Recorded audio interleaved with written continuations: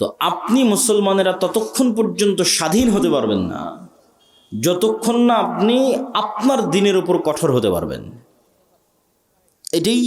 এইটার উপর ভিত্তি করে রাষ্ট্র তৈরি হয়ে যাবে। আপনিও স্বাধীন হয়ে যাবেন, রাষ্ট্র স্বাধীন হয়ে যাবে। কিন্তু শতভাগ তাওহীদপন্থী হতে হবে, নিজের দিনের উপর কঠোর হতে হবে। নিজের দিন নিয়ে কোনো হীনম্মন্যতা থাকা যাবে না। যেমনটা ইহুদিদের মধ্যে কোনো হীনম্মন্যতা নাই, তাদের দিন নিয়ে তাদের মধ্যে কোনো হীনম্মন্যতা নাই।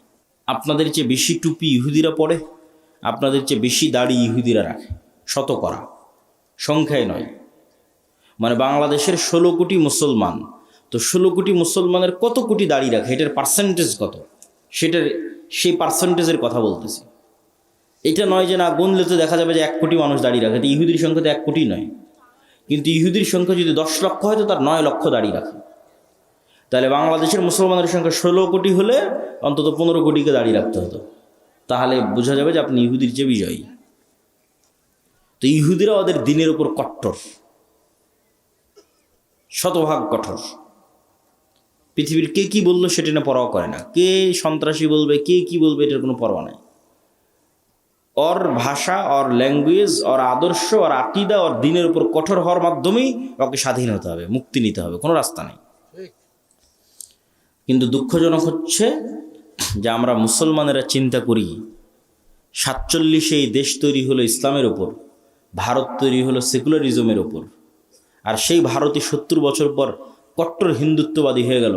আর 70 বছর পর আমরা কি বলছি যে আমরা সেকুলার, আমরা ধর্মনিরপেক্ষ, আমি অনেক ভালো, আমি মৌলবাদের সাথে নাই, আমি ইসলামের সাথে নাই। এটাই তো দাসত্ব, এটাই তো গোলামি। এই জন্য শতভাগ তাওহীদ ছাড়া, শতভাগ নিজের দিনের উপর কঠোর হওয়া ছাড়া গোলামি থেকে মুক্তির কোনো রাস্তা নেই। পয়েন্ট নাম্বার 2, ঈমান বিল গায়বে ইয়াকিন। ঈমান বিল গায়বে ইয়াকিনের মাধ্যমে গোলামি থেকে মুক্তির রাস্তা আছে। কিভাবে? মনে করেন আজকে আপনারা আমাকে বাংলাদেশের ক্ষমতা দিয়ে দিলেন, বাংলাদেশের ক্ষমতায় যাওয়ার পর আমি কালকে ঘোষণা দিয়ে দিলাম এই দেশ শতভাগ ইসলামী রাষ্ট্র। ঘোষণা দেওয়ার 1 সেকেন্ডের মধ্যে ভারত এবং আমেরিকা বাংলাদেশকে বয়কট করবে অর্থনৈতিকভাবে। অর্থনৈতিকভাবে বয়কট করার পর বাংলাদেশে এখন যে সুযোগ সুবিধা আপনারা ভোগ করতেছেন সেই সুযোগ সুবিধার ভোগ করতে পারবেন না। এই বিদ্যুৎ আর থাকবে না, থাকবে অনেক অল্প, হয়তো 20%, যতদিন না পূর্ণাঙ্গ উৎপাদন না করা হয়েছে। ভারতের আদানির লাইন বন্ধ করে দিবে, আরও কত কি, রাশিয়ারটাও বন্ধ হয়ে যেতে পারে, সব বন্ধ হয়ে যাবে। বিদেশ থেকে ডলার আসবে না, ইউরো আসবে না, প্রবাসীদের ধরে ধরে পাঠিয়ে দেবে, অনেক কিছু। গার্মেন্টসে ক্রয় আদেশ বাতিল হয়ে যাবে। আপনার গাইবান্ধার কত মানুষ গার্মেন্টস থেকে ইনকাম করতেছে, ওরা ইনকাম পাবে না, বাড়ি ফেরত চলে আসবে। তো যখন দেখবেন যে এরকম ভয়ঙ্কর ম্যাসাকার চলতেছে, আপনি বলবেন যে রাখো তোমার দিন, রাখো তোমার ইসলাম, নামাও আবদুল্লাহকে, দরকার নাই, এর চেয়ে আগেরটাই ভালো ছিল। এটাই বাস্তবতা। তাহলে কখন ইসলামের বিজয় সম্ভব হবে? যখন অন্তত 20%, বাংলাদেশের অন্তত 20 থেকে 30% মানুষের ঈমান বিল গায়বে ইয়াকিন থাকবে। ঈমান বিল গায়ব কি? ঈমান বিল গায়বের একটা বড় পার্ট হচ্ছে পরকাল। 6 নাম্বার, ওয়াবিল আখিরাতি হুম ইউকিনুন, সূরা বাকারার মধ্যে আল্লাহ বলেছেন আল্লাযীনা ইউমিনুনা বিল গায়ব, যারা গায়বে ইয়াকিন রাখে। আর শেষ করছেন ওয়াবিল আখিরাতি হুম ইউকিনুন, পরকালে ইয়াকিন রাখে। তো পরকালে ইয়াকিন রাখা মানে কি? পরকালকে ভিজুয়ালাইজ করতে পারা, দেখতে পাওয়া। মুসলমানদের জীবন পরকাল ভিত্তিক। পরকালকে যতক্ষণ আপনি চোখ বন্ধ করে দেখতে না পাবেন, বারজাখী জীবনকে যতক্ষণ দেখতে না পারবেন, ততক্ষণ আপনি এই দুনিয়ার মোহ থেকে বের হয়ে আসতে পারবেন না। আর যতক্ষণ এই দুনিয়ার মোহ থেকে বের হয়ে আসতে না পারবেন, ততক্ষণ আপনাকে দিয়ে বিজয় হবে না। আল্লাহ সুবহানাহু ওয়া তাআলা কোরআন মাজিদে বলছেন, আম হাসিবতুম আন তাদখুলুল জান্নাহ ওয়ালাম্মা ইয়াতিকুম মাসালুল লাযীনা খালাউ মিন ক্বাবলিকুম মাসাতহুমুল বাসা ওয়াদ দাররা ওয়াজুলজিলু হাত্তা ইয়াকুলা রাসূলু ওয়াল্লাযীনা আমানু মাআহু মাতা নাসরুল্লাহ। জান্নাত কি তোমাদের মামার বাড়ি? জান্নাত কি তোমাদের নানির বাড়ি? এখন পর্যন্ত সেই জুলুম, সেই অত্যাচার সহ্য করলো না। যেই জুলুম, যে অত্যাচার তোমাদের পূর্বে যারা চলে গেছে তারা সহ্য করলো। তারা কি সহ্য করেছে? সূরা বুরুজে আল্লাহ বলছেন, ওয়ামা নাকামু মিনহুম ইল্লা ইউমিনু বিল্লাহিল আজিজিল হামিদ। পুরো একটা এলাকার মানুষকে আগুন জ্বালিয়ে পুড়িয়ে দেওয়া হচ্ছে। এবং ওই এলাকার মানুষেরা স্বেচ্ছায় আগুনের মধ্যে ঢুকে যাচ্ছে। তাদেরকে শর্ত দেওয়া হয়েছে, হয় ইমান পরিত্যাগ করো, না হয় আগুন রেডি আছে। তাহলে একটা পুরো সুন্দরগঞ্জের সকল মানুষ স্বেচ্ছায় কিভাবে আগুনে পুড়ে মারা যেতে পারে? একটাই রাস্তা আছে। সুন্দরগঞ্জের মানুষ যেদিন দেখতে পাবে সামনে যে আগুনটা জ্বলতেছে, এটা জান্নাত। এটা কিসের আগুন? এটা জান্নাত। আর পিছনে আমার বাড়িতে যে লাইট, ফ্যান, বিদ্যুৎ, এসি চলতেছে, ওখানে তো জাহান্নামের আগুন জ্বলতেছে। এই ইয়াকিন ছাড়া সম্ভব নয়। আসহাবুল উখদুদের এই ইয়াকিন ছিল, তারা স্বেচ্ছায় আগুনে চলে গেছে, কেন? ওই আগুনের মধ্যে ওরা জান্নাত দেখতে পাচ্ছিল। আর ওদের বাড়িতে ঘরে ওরা জ্বলন্ত জাহান্নামের আগুন দেখতে পাচ্ছিল। এটাই ইয়াকিন, এটাই পরকালের উপর ইয়াকিন। অন্তত 20% মানুষের এই লেভেলের যতক্ষণ ইমান না হবে ততক্ষণ ইসলামের বিজয় হবে না। মুসলমানেরা জোর করে টেনে নামাবে, কেননা পরকালমুখী চিন্তা ছাড়া ইসলামের বিজয় সম্ভব নয়। বস্তুবাদী চিন্তা দিয়ে ইসলাম কোনোদিন বিজয় হবে না। বস্তুবাদ তো ধোঁকা, আপনাকে গোলাম বানানোর ধোঁকা, আপনার দিনকে ছিনিয়ে নেওয়ার ধোঁকা। সম্মানিত বুঝতে, এই জন্য ইমান বিল গায়বে ইয়াকিন লাগবে। তারপরে দুনিয়াতে কি করতে হবে? দুনিয়াতে দুটো জিনিসের মাধ্যমে নেতা তৈরি হয়। একটা হচ্ছে জ্ঞান এবং শিক্ষা, আর একটা হচ্ছে সত্যবাদিতা এবং ন্যায়পরায়ণতা। এই দুইটার মাধ্যমে নেতা তৈরি হয়, নেতা তৈরির কারখানা। ন্যায়পরায়ণতার আমানতদারিতা যেন মুসলমানদের মধ্যে না থাকে, এই জন্য মুসলমানদের উপর চাপিয়ে দেওয়া আছে গণতন্ত্র। গণতন্ত্র হচ্ছে গোলাম তৈরির কারখানা। কেন? গণতন্ত্রের কালচারই এমন যে ওখানে আপনাকে মিথ্যা বলতে হবে। গণতন্ত্রের কালচারই এমন, ওখানে আপনাকে 2 নম্বরই করতে হবে, ধোঁকাবাজি করতে হবে। অন্য দলের সাথে তো বহু দূরে থাক, একই দলের একই আসনের মনোনয়ন প্রার্থী একজন আর একজনের বিরুদ্ধে যদি 2 নম্বরই না করে, তো মনোনয়নে নিয়ে আসতে পারবে না। তাহলে এই যে 2 নম্বরই কালচারের মধ্যে দিয়ে যেন বড় হয়, এই জন্য গণতন্ত্র চাপিয়ে দেওয়া। তাহলে কি হবে? তাহলে 300টা যে এমপি আসতেছে, 300 এমপি 2 নম্বরই রাস্তা অবলম্বন করে আসতেছে। তাহলে এরা 300 জন আপনাদের কাছে এমপি, কিন্তু আল্লাহর কাছে গোলাম, কৃতদাস। এরা টাকার কাছে বিক্রি হয়ে যাবে। কেন? ওদেরকে ওই কালচারের মধ্যে বড় করা হয়েছে। তাহলে সত্যবাদী, ন্যায়পরায়ণ, যে কোথাও বিক্রি হবে না। এই যে OC, DC, SP, AC land, sub registrar, এদের তো রাজনৈতিক দলের সাথে এদের ক্ষমতা যায় না। আওয়ামী লীগের আমলেও যারা ছিল এখনও তারাই। এটা সরকারি চাকরি, যতক্ষণ রিটায়ার্ড না হয়েছে ততক্ষণ যাবে না। পুলিশ বলেন, আর্মি বলেন, জজ বলেন, বিচারক বলেন, সব। এরা তো আমরা আপনারাই, এরা তো বাইরের কেউ নয়। এরাই যদি বলে যে আজ থেকে সত্যবাদী হলাম, ন্যায়পরায়ণ হলাম, একদিনে দেশে 80% ইসলাম কায়েম হয়ে যাবে। কিন্তু ভুল হচ্ছে আমরা মানুষকে বুঝাতে পারিনি যে এটা ইসলাম। মানুষ মনে করে নিয়েছে যে সবাই মিলে যদি আমরা বোরখা পরি তাহলে ওটাই হয়তো শতভাগ ইসলাম। ওটা অবশ্যই ইসলাম। আমরা সবাই মিলে যদি মসজিদে যাই তাহলে এটাই শতভাগ ইসলাম, অবশ্যই ওটা ইসলাম। কিন্তু আমরা সবাই মিলে মসজিদেও গেলাম, সবাই মিলে বোরখাও পরলাম, কিন্তু আবার একজন আর একজনের টাকা মেরেও নিলাম। তাহলে আমরা এখনো বুঝিনি যে ইসলাম কি। এইটা এখনো বুঝিনি। কেন? এক কালবে আল্লাহর ইমান আর আমানতের খেয়ানত একত্রিত হতে পারে না। লা ইমান আল ইমান লা আমানাত লাহু। ফলত মানুষকে আমরা বুঝাতেই পারিনি। আমি যে বললাম যে আজকে OC, DC, SP, AC land, sub registrar, এরা যদি শতভাগ সৎ আর ন্যায়পরায়ণ হয়ে যায় তো 80% ইসলাম কায়েম হয়ে যাবে। এটা কেমনে বললাম? কেননা রাষ্ট্রে ইসলামের ট্রাম্প কার্ডই হচ্ছে, রাষ্ট্রে ইসলামের বিজ্ঞাপনই হচ্ছে ন্যায়, ন্যায়পরায়ণতা, ন্যায় বিচার, সত্যবাদিতা। এটা মোহাম্মদ সাল্লাল্লাহু আলাইহি ওয়াসাল্লাম মার্কেটিং করে গেছে ঈসা আলাইহিস সালামের জন্য, যে ঈসা আলাইহিস সালামের পূর্বে পৃথিবী জুলমে ভরা থাকবে। ঈসা আলাইহিস সালাম না আসা পর্যন্ত কিয়ামত কায়েম হবে না। লা তাকুমুস সাআ হাত্তা ইয়ানজিলা ঈসা ইবনে মারইয়াম। ঈসা ইবনে মারইয়াম যতক্ষণ অবতীর্ণ না হয়েছে কিয়ামত হবে না। আর ঈসা ইবনে মারইয়াম অবতীর্ণ কি করবে জানো? সারা পৃথিবীতে ন্যায় প্রতিষ্ঠা করবে। আল্লাহু আকবার। এটা ব্র্যান্ডিং। রাসূল সাল্লাল্লাহু আলাইহি ওয়াসাল্লাম এটা বলেনি যে ঈসা ইবনে মারইয়াম অবতীর্ণ হয়ে সারা পৃথিবী সব মানুষকে বাধ্যতামূলক সালাত আদায় করাবেন। মানুষ সালাত আদায় করবেই, কিন্তু রাষ্ট্রে ইসলামের ব্র্যান্ডিং কি? রাষ্ট্রে ইসলামের ব্র্যান্ডিং হচ্ছে ন্যায়। তো ওই OC, DC, SP, AC land, sub registrar, এরা এমন ইসলাম বুঝলো যে এরা এখন মানুষের টাকা মেরে নিয়ে হজ করে, ঘুষ নিয়ে মসজিদে দান করে, প্রশ্ন ফাঁসের টাকা দিয়ে মাদ্রাসায় দান করে। তাহলে আমরা কি ইসলাম বুঝালাম বলেন মানুষকে?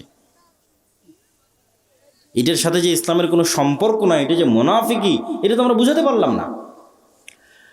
এইটার তো দিনের সাথে ঠাট্টা আছে, এটা তো মুনাফিকি আছে। ধরেন একজন মানুষ হারাম নয় হালাল টাকা দিয়ে দান করলো, একজন মানুষ 5 ওয়াক্ত সালাত জামাতে মসজিদে আদায় করলো, রাতে তাহাজ্জুদের সালাত আদায় করলো, তবুও ওই রাতে তাহাজ্জুদ সালাত আদায়কারীর চেয়ে আর আল্লাহর রাস্তায় হালাল টাকা দানকারীর চেয়ে ওসি যদি শুধু তার নিজ চেয়ারে বসে ন্যায় প্রতিষ্ঠা করতে শতভাগ, ওইটা বেশি নেকির কাজ ছিল। এইটাই তো বুঝাতে পারলাম না। এটা রাসূলের হাদিস, সাবআতু ইউযিল্লুহুমুল্লাহ ইয়াওমা লা যিল্লা ইল্লা যিল্লুহ। 7 শ্রেণীর মানুষকে আল্লাহ আরশের ছায়া দিবেন, তার 1 নম্বরে জায়গা দেওয়া আছে ন্যায়পরায়ণ দায়িত্বশীল। বাকি নামাজি দানকারী এদেরকে 2, 3, 4 জায়গা দেওয়া আছে। আর 1 নম্বরে জায়গা দেওয়া আছে যে নিজ দায়িত্বে শতভাগ ন্যায়পরায়ণ, দাবিতে জান্নাতে যাবে। কেননা রক্তের ফোঁটা পড়ার পূর্বে যা এই কমতিগুলো ছিল, ইবাদতের কমতি আর গুনাহ, সবগুলোর কাফারা হিসেবে তার জীবনকে গ্রহণ করে নেওয়া হয়েছে। তাহলে এখন তো আর বাধা প্রদানকারী কিছু থাকলো না। ও এখন ওর কাছে জান্নাত এখন বিক্রি হয়ে গেছে। তো বিক্রি হওয়া জিনিসের উপর দাবি থাকে, এটা তো আমি কিনেছি, কে এখানে ঢুকতে বাধা দেবে? এটা আমার হাতে দলিল আছে, কেউ ঢুকতে বাধা দিতে পারবে না। ক্রয়কৃত জমিতে ঢুকতে কে বাধা দিবে? তা আপনি যেমন গুলশানে প্লট এবং ফ্ল্যাট কিনতেছেন, আল্লাহ সুবহানাহু ওয়া তাআলা বলছে আমি জান্নাতের প্লট আর ফ্ল্যাট সেল করতেছি, কে কিনবে? কেনার একটা রাস্তা জীবন দিয়ে দিতে হবে আল্লাহর রাস্তায়, কেনার আর একটা রাস্তা হচ্ছে টাকা দিয়ে কিনতে হবে। তাহলে কি হবে? টাকা দিয়ে আপনি ইবাদতে যা কমতি হয়েছে ওটাও রিকভার করতে পারবেন, গুনাহ যা হয়েছে তাও মেটাতে পারবেন, মানুষজন যা মামলা মোকদ্দমা নিয়ে আসবে তারও জরিমানা দিতে পারবেন। টাকা খুবই পাওয়ারফুল। তাহলে আপনি টাকার জোরে জান্নাত কিনে নিলেন, টাকার পাওয়ারে জান্নাত কিনে নিলেন, কিন্তু ওই পরিমাণ টাকার মালিক হয়ে তো উঠতে হবে। সম্মানিত উপস্থিতি, তো ইবাদতের কমতিতে টাকা গ্রহণ হয়, গুনাহের কাফারে টাকা গ্রহণ হয় দুনিয়াতেই, পরকালে তো হবেই। হজ করতে গেছেন, কোনো একটা ইবাদত পূর্ণ মতো হয়নি, জামরায় পাথর নিক্ষেপ ভালো মতো হয়নি, দিন মিস গেছে, মুআল্লিম সাহেব আপনাকে বলবে যে আপনি একটা দুম্বা বা খাসি আল্লাহর রাস্তায় দান করে দেন। তাহলে ইবাদতে যে কমতিটা হয়েছে হজে, ওই কমতিটা রিকভার হয়ে যাবে, পূরণ হয়ে যাবে। রমজান মাসে দিনের বেলায় স্ত্রীর সাথে সাংসারিক জীবনে গেছেন, এটা অনেক বড় কবিরা গুনাহ। এই কবিরা গুনাহ থেকে দুনিয়াতেই মুক্তি হয়ে যাবে। টাকার জোরে একজন গোলামকে আজাদ করে দেন, অথবা টাকার ক্ষমতায় 60 জন মিসকিনকে খাওয়ান। তো টাকা দিয়ে দুনিয়াতেই গুনাহের কাফারা এবং নেকির কমতিতে, ইবাদতের কমতিতে রিকভারি হয়। এটা কিয়ামতের মাঠেও হবে। আবার মানুষজন যখন মামলা মোকদ্দমা নিয়ে আসবে তখনও হবে। ফলত কিয়ামতের মাঠে নিশ্চিত জান্নাত পেতে হলে ঘরে বসে থাকার সুযোগ নাই, প্রচুর পরিমাণে হালাল উপায়ে টাকা ইনকাম করতে হবে, আর প্রচুর পরিমাণে সেই টাকা আল্লাহর রাস্তায় দান করতে হবে। তাহলে জান্নাত কনফার্ম, নিশ্চিত করে কিনে নিয়ে দুনিয়া থেকে বিদায় হওয়া যাবে। তো জান্নাত বিক্রি হয়, এটা বুঝালাম। গোলামি থেকে মুক্তির জন্য অর্থনৈতিক মুক্তি জরুরি, এটা কেন? রাসূলুল্লাহ সাল্লাল্লাহু আলাইহি ওয়াসাল্লাম যখন মক্কা থেকে হিজরত করে মদিনায় আসেন, তখন মদিনার সকল টাকা পয়সার মালিক ছিল ইহুদিরা। বাজার ঘাট সব কিছুর কেন্দ্র তাদের হাতে। এখন মদিনা সনদের চুক্তির ভিত্তিতে মুহাম্মদ সাল্লাল্লাহু আলাইহি ওয়াসাল্লাম মদিনা নামক রাষ্ট্রের প্রধানমন্ত্রী। এখন প্রধানমন্ত্রী আমি, কিন্তু টাকার কন্ট্রোল আমার হাতে নাই, তাহলে এই দেশ আমি চালাতে পারবো না, সম্ভব নয়। ওটাকে বলা হয় ঢাল নাই, তলোয়ার নাই, নিধিরাম সর্দার। নামকা অস্তে বসে আছে, কিন্তু ক্ষমতা প্রয়োগের মাধ্যম নাই। তো মুহাম্মদ সাল্লাল্লাহু আলাইহি ওয়াসাল্লাম খুব ভালোভাবে জানতেন যে মদিনার টাকার কন্ট্রোল যতক্ষণ আমার হাতে না আসবে ততক্ষণ এই মদিনায় প্রকৃত শাসন তৈরি করা কঠিন আছে। ইহুদিদের কাছে নত থাকতে হবে।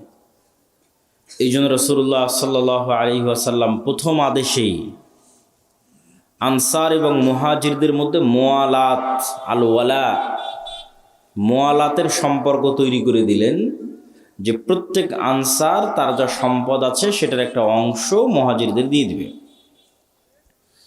কারো 10টা উট থাকলে 5টা দিয়ে দিবে, কারো 10 বিঘা জমি থাকলে 5 বিঘা দিয়ে দিবে। কেন? আনসারীরা কৃষক আর মুহাজিরেরা ব্যবসায়ী। যারা মক্কা থেকে আল্লাহর নবীর সাথে এসেছে এদের রক্তে ব্যবসা আছে, স্বয়ং রাসূল সাল্লাল্লাহু আলাইহি ওয়াসাল্লাম ব্যবসায়ী। তাহলে মদিনার টাকার কন্ট্রোল হাতে নিতে হলে ব্যবসা করা লাগবে, কৃষি কাজ করে হবে না। আর মদিনার আনসারীরা কৃষক, অতএব ওরা ওদের সম্পত্তি অর্ধেক অর্ধেক করে মুহাজিরদের বুঝিয়ে দিক, মুহাজিররা ওইটা নিয়ে ব্যবসা শুরু করবে। অল্প কয়েকদিনের মধ্যে মদিনার টাকার কন্ট্রোল চলে আসবে মুহাম্মদ সাল্লাল্লাহু আলাইহি ওয়াসাল্লামের সাহাবীদের হাতে।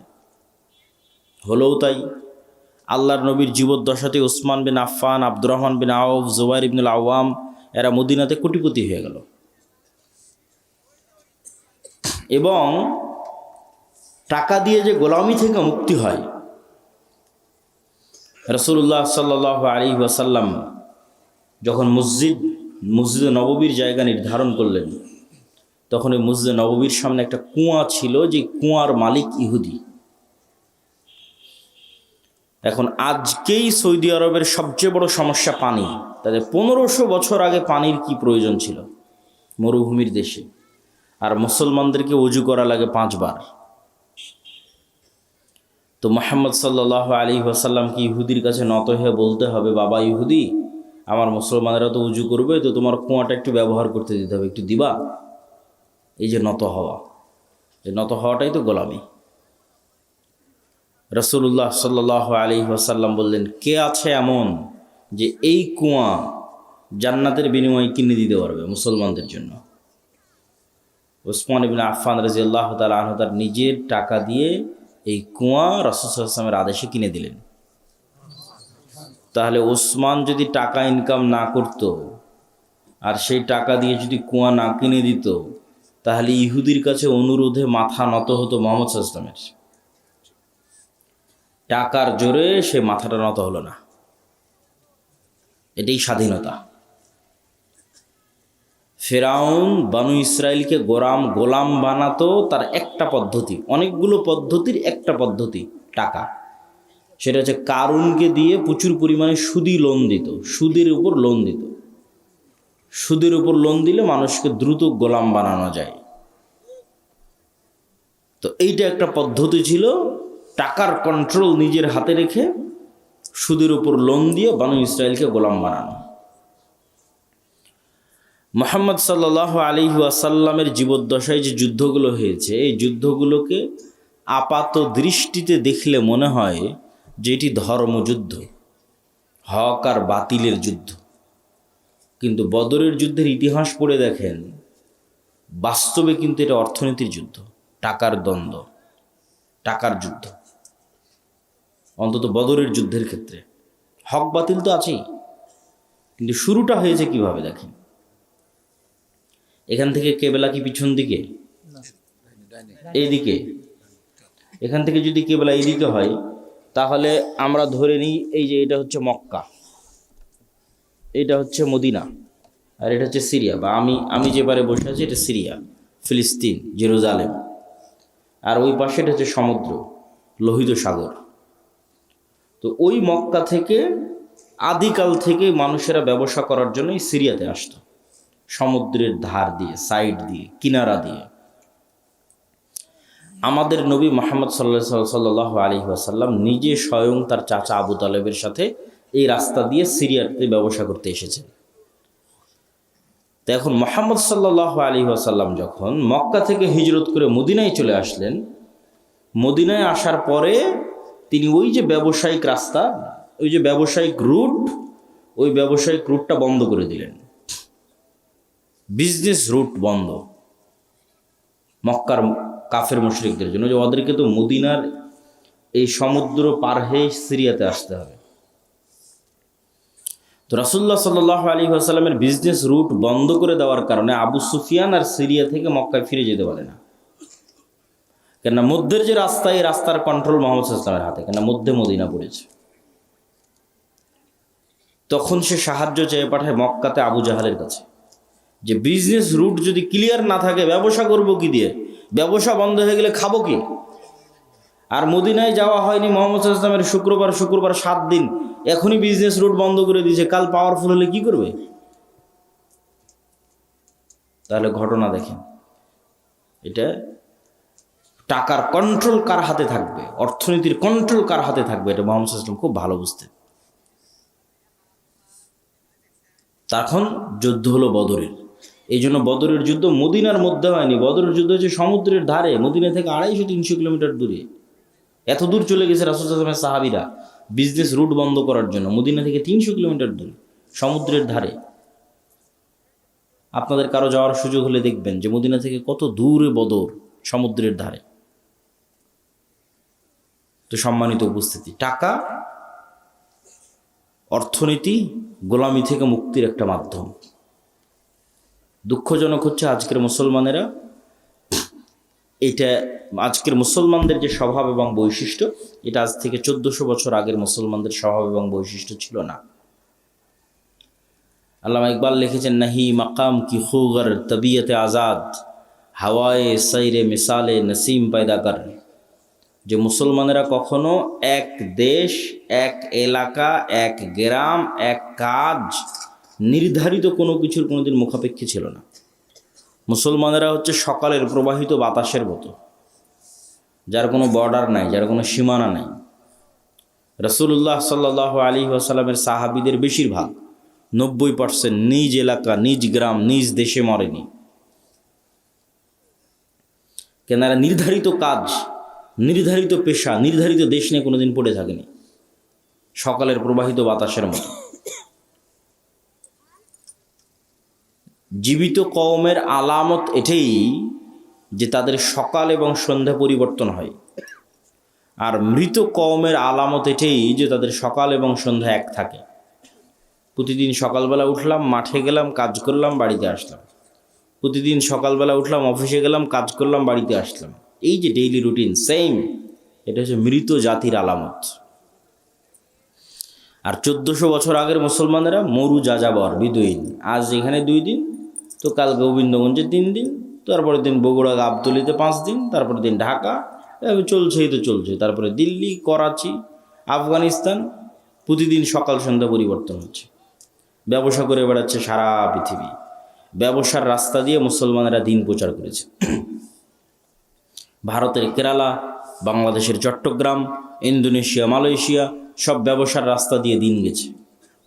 মুসলমানদেরকে চাকরি করা, গোলামি, নৌকরি, নৌকার, চাকর, এটা শিখিয়েছে ইউরোপিয়ানরা।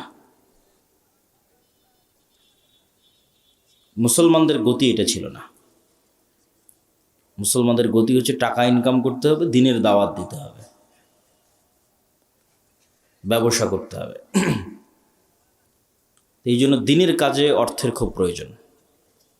আজকের এই অনুষ্ঠান চলা অবস্থাতেও আপনারা এই প্রতিষ্ঠানে, এই উদ্যোগে দানে অংশগ্রহণ করবেন, এটা আপনাদের প্রতি উদাত্ত আহ্বান থাকবে। আল্লাহ কবুল করুক, বলেন আল্লাহুম্মা আমিন। তাহলে আমাদের বক্তব্যের বিষয়, মুসলমানেরা গোলামি থেকে বাঁচবে কিভাবে। তো শুরুই করলাম অর্থনৈতিক মুক্তি, গোলামি থেকে মুক্তির একটা রাস্তা। 2 নম্বর, শতভাগ তাওহীদ এবং শতভাগ ঈমান বিল গায়ব।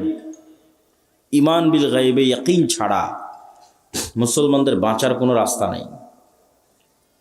অন্তত 20% মানুষ লাগবে বাংলাদেশে যদি আমরা একটা পূর্ণাঙ্গ বিপ্লব চাই, যে বিপ্লবটা হবে ন্যায়ের, যে বিপ্লবটা হবে ইনসাফের। তাহলে অন্তত 20% মানুষ লাগবে, যেই 20% মানুষ শতভাগ তাওহীদে বিশ্বাসী, শতভাগ ঈমান বিল গায়বে ইয়াকিন রাখে। শতভাগ তাওহীদ কি? সুন্দরগঞ্জ, গাইবান্ধার আহলুল হাদিস ভাইয়েরা মনে করতে পারে যে আমরা তো শিরক বেদাত করি না, কবর মাজারে যাই না, তাহলে আমাদের তাওহীদে সমস্যা কোথায় আছে? শতভাগ তাওহীদে খুব কম মানুষ বিশ্বাসী। যেমন এখানে অনেকেই আছেন যিনি কবরে মাজারে যান না, কিন্তু তিনি বিড়ি সিগারেটের নেশায় আসক্ত। তাহলে ওনার ইলাহ হচ্ছে বিড়ি সিগারেট। ইলাহাহু হাওয়া, মনের প্রবৃত্তি তার ইলাহ। সে আল্লাহর ইচ্ছার সামনে নিজের ইচ্ছাকে জবাই করতে পারেনি। আল্লাহর চাওয়া, আল্লাহর আদেশের সামনে নিজেকে পরিপূর্ণ আত্মসমর্পণ করতে পারেনি। ये दौर अपने इब्राहिम की तलाश में है। আজকের যুগে মুসলমানদের মুক্তির রাস্তা হচ্ছে একজন ইব্রাহিম আলাইহিস সালাম লাগবে। মুসলমানদের মধ্যে ইব্রাহিম আলাইহিস সালাম নাই। ইব্রাহিম আলাইহিস সালাম মানে কি? শতভাগ তাওহীদ।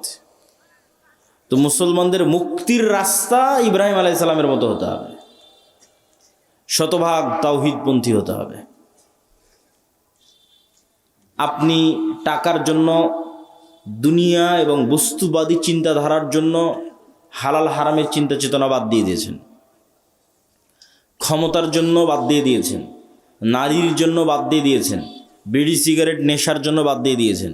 তাহলে এগুলো প্রত্যেকটাই দাসত্বের জিনজির। এগুলো পূর্ণাঙ্গ তাওহীদের প্রমাণ বহন করে না। যখন আপনি সব কিছু থেকে মুক্ত, আপনার হৃদয়, আপনার কলব যখন টাকার প্রাধান্য থেকে মুক্ত, টাকার আধিপত্য থেকে মুক্ত, দুনিয়ার খ্যাতির নেশা থেকে মুক্ত, দুনিয়ার ক্ষমতার লোভ থেকে মুক্ত, নারীর নেশা থেকে মুক্ত, বিড়ি সিগারেট জুয়া ফ্রি ফায়ার পাবজি এগুলোর নেশা থেকে মুক্ত, এই কলব শুধু ওটাই পছন্দ করে যেটা আল্লাহ পছন্দ করে, শুধু ওটাই ভালোবাসে যেটা আল্লাহ ভালোবাসে, ওটাই করতে মনে চায় যেটা আল্লাহ সুবহানাহু ওয়া তাআলা বলেছেন, ওইটাকে ঘৃণা করে যেটাকে আল্লাহ সুবহানাহু ওয়া তাআলা ঘৃণা করেছেন। এইভাবে যখন ইব্রাহিম আলাইহিসসালাতু ওয়াসসালামের মতো হয়ে যাবে, এবার গোলামি থেকে মুক্তির রাস্তা শুরু হয়ে যাবে। রাষ্ট্র কিভাবে তৈরি হয়? ইবনে খালদুন লিখেছেন, রাষ্ট্রের অন্যতম একটা ভিত্তি হচ্ছে আসাবিয়া, কোনো নির্দিষ্ট একটা জিনিসের উপর কঠোরতা। পৃথিবীর সব রাষ্ট্র কোনো না কোনো একটা জিনিসের উপর কঠোর হওয়ার মাধ্যমে ওই রাষ্ট্র গড়ে উঠেছে। যেমন এখনকার যত নেতা দেখতে পাবেন বাংলাদেশের অথবা এরকম মুসলিম দেশের, সবার মুখে দেখবেন জিকির চলে, গণতন্ত্র গণতন্ত্র, আমরা গণতান্ত্রিক রাষ্ট্র তৈরি করব, গণতন্ত্রের জন্য আন্দোলন করেছি, গণতন্ত্রের জন্য জীবন দিয়েছি, গণতন্ত্রমুখ। তাহলে এই রাষ্ট্রটা তৈরি করা হচ্ছে গণতন্ত্রের উপরে, এটাই আসাবিয়া। ঠিক ভারতের ওদেরকে দেখবেন ওরা কিসের উপর রাষ্ট্র তৈরি? হিন্দুত্ববাদ, হিন্দুত্ববাদ, হিন্দুত্ববাদ, এইটাই ওদের আসাবিয়া। তো আপনি মুসলমানেরা ততক্ষণ পর্যন্ত স্বাধীন হতে পারবেন না যতক্ষণ না আপনি আপনার দিনের উপর কঠোর হতে পারবেন। এইটার উপর ভিত্তি করে রাষ্ট্র তৈরি হয়ে যাবে। আপনিও স্বাধীন হয়ে যাবেন, রাষ্ট্র স্বাধীন হয়ে যাবে। কিন্তু শতভাগ তাওহীদপন্থী হতে হবে, নিজের দিনের উপর কঠোর হতে হবে। নিজের দিন নিয়ে কোনো হীনম্মন্যতা থাকা যাবে না। যেমনটা ইহুদিদের মধ্যে কোনো হীনম্মন্যতা নাই, তাদের দিন নিয়ে তাদের মধ্যে কোনো হীনম্মন্যতা নাই। আপনাদের চেয়ে বেশি টুপি ইহুদিরা পরে, আপনাদের চেয়ে বেশি দাড়ি ইহুদিরা রাখে, শতকরা, সংখ্যায় নয়। মানে বাংলাদেশের 16 কোটি মুসলমান, তো 16 কোটি মুসলমানের কত কোটি দাড়ি রাখে, এটার পার্সেন্টেজ কত, সেই পার্সেন্টেজের কথা বলতেছি। এটা নয় যে না গুনলে তো দেখা যাবে যে 1 কোটি মানুষ দাড়ি রাখে। ইহুদির সংখ্যা তো 1 কোটি নয়, কিন্তু ইহুদির সংখ্যা যদি 10 লক্ষ হয় তো তার 9 লক্ষ দাড়ি রাখে। তাহলে বাংলাদেশের মুসলমানের সংখ্যা 16 কোটি হলে অন্তত 15 কোটিকে দাঁড়িয়ে রাখতে হতো, তাহলে বোঝা যাবে যে আপনি ইহুদির চেয়ে বিজয়ী। তো ইহুদিরা ওদের দিনের উপর কট্টর, শতভাগ কঠোর। পৃথিবীর কে কি বললো সেটা না পরোয়া করে না, কে সন্ত্রাসী বলবে, কে কি বলবে, এটার কোনো পরোয়া নাই। ওর ভাষা, ওর ল্যাঙ্গুয়েজ, ওর আদর্শ, ওর আকিদা, ওর দিনের উপর কঠোর হওয়ার মাধ্যমেই ওকে স্বাধীন হতে হবে, মুক্তি নিতে হবে, কোনো রাস্তা নেই। কিন্তু দুঃখজনক হচ্ছে যে আমরা মুসলমানেরা চিন্তা করি 47-এ এই দেশ তৈরি হলো ইসলামের ওপর, ভারত তৈরি হলো সেকুলারিজমের ওপর, আর সেই ভারতই 70 বছর পর কট্টর হিন্দুত্ববাদী হয়ে গেল। আর 70 বছর পর আমরা কি বলছি? যে আমরা সেকুলার, আমরা ধর্মনিরপেক্ষ, আমি অনেক ভালো, আমি মৌলবাদের সাথে নাই, আমি ইসলামের সাথে নাই, এটাই তো দাসত্ব, এটাই তো গোলামি। এই জন্য শতভাগ তাওহীদ ছাড়া, শতভাগ নিজের দিনের উপর কঠোর হওয়া ছাড়া গোলামি থেকে মুক্তির কোনো রাস্তা নেই। পয়েন্ট নাম্বার 2, ঈমান বিল গায়বে ইয়াকিন। ঈমান বিল গায়বে ইয়াকিনের মাধ্যমে গোলামি থেকে মুক্তির রাস্তা আছে। কিভাবে? মনে করেন আজকে আপনারা আমাকে বাংলাদেশের ক্ষমতা দিয়ে দিলেন, বাংলাদেশের ক্ষমতায় যাওয়ার পর আমি কালকে ঘোষণা দিয়ে দিলাম এই দেশ শতভাগ ইসলামী রাষ্ট্র। ঘোষণা দেওয়ার 1 সেকেন্ডের মধ্যে ভারত এবং আমেরিকা বাংলাদেশকে বয়কট করবে অর্থনৈতিকভাবে। অর্থনৈতিকভাবে বয়কট করার পর বাংলাদেশে এখন যে সুযোগ সুবিধা আপনারা ভোগ করতেছেন, সেই সুযোগ সুবিধার ভোগ করতে পারবেন না। এই বিদ্যুৎ আর থাকবে না, থাকবে অনেক অল্প, হয়তো 20%, যতদিন না পূর্ণাঙ্গ উৎপাদন না করা হয়েছে। ভারতের আদানির লাইন বন্ধ করে দিবে, আরও কত কি, রাশিয়ারটাও বন্ধ হয়ে যেতে পারে, সব বন্ধ হয়ে যাবে। বিদেশ থেকে ডলার আসবে না, ইউরো আসবে না, প্রবাসীদের ধরে ধরে পাঠিয়ে দেবে, অনেক কিছু। গার্মেন্টসে ক্রয় আদেশ বাতিল হয়ে যাবে। আপনার গাইবান্ধার কত মানুষ গার্মেন্টস থেকে ইনকাম করতেছে, ওরা ইনকাম পাবে না, বাড়ি ফেরত চলে আসবে। তো যখন দেখবেন যে এরকম ভয়ঙ্কর ম্যাসাকার চলতেছে, আপনি বলবেন যে রাখো তোমার দিন, রাখো তোমার ইসলাম, নামাও আবদুল্লাহকে, দরকার নাই, এর চেয়ে আগেরটাই ভালো ছিল। এটাই বাস্তবতা। তাহলে কখন ইসলামের বিজয় সম্ভব হবে? যখন অন্তত 20%, বাংলাদেশের অন্তত 20 থেকে 30% মানুষের ঈমান বিল গায়বে ইয়াকিন থাকবে। ঈমান বিল গায়ব কি? ঈমান বিল গায়বের একটা বড় পার্ট হচ্ছে পরকাল। 6 নাম্বার, ওয়াবিল আখিরাতি হুম ইউকিনুন, সূরা বাকারার মধ্যে আল্লাহ বলেছেন আল্লাযীনা ইউমিনুনা বিল গায়ব, যারা গায়বে ইয়াকিন রাখে। আর শেষ করছেন ওয়াবিল আখিরাতি হুম ইউকিনুন, পরকালে ইয়াকিন রাখে। তো পরকালে ইয়াকিন রাখা মানে কি? পরকালকে ভিজুয়ালাইজ করতে পারা, দেখতে পাওয়া। মুসলমানদের জীবন পরকাল ভিত্তিক। পরকালকে যতক্ষণ আপনি চোখ বন্ধ করে দেখতে না পাবেন, বারজাখী জীবনকে যতক্ষণ দেখতে না পারবেন, ততক্ষণ আপনি এই দুনিয়ার মোহ থেকে বের হয়ে আসতে পারবেন না। আর যতক্ষণ এই দুনিয়ার মোহ থেকে বের হয়ে আসতে না পারবেন, ততক্ষণ আপনাকে দিয়ে বিজয় হবে না।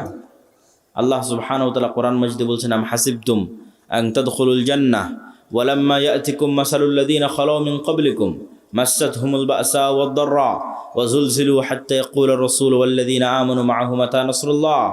জান্নাত কি তোমাদের মামার বাড়ি? জান্নাত কি তোমাদের নানির বাড়ি? এখন পর্যন্ত সেই জুলুম, সেই অত্যাচার সহ্য করলো না।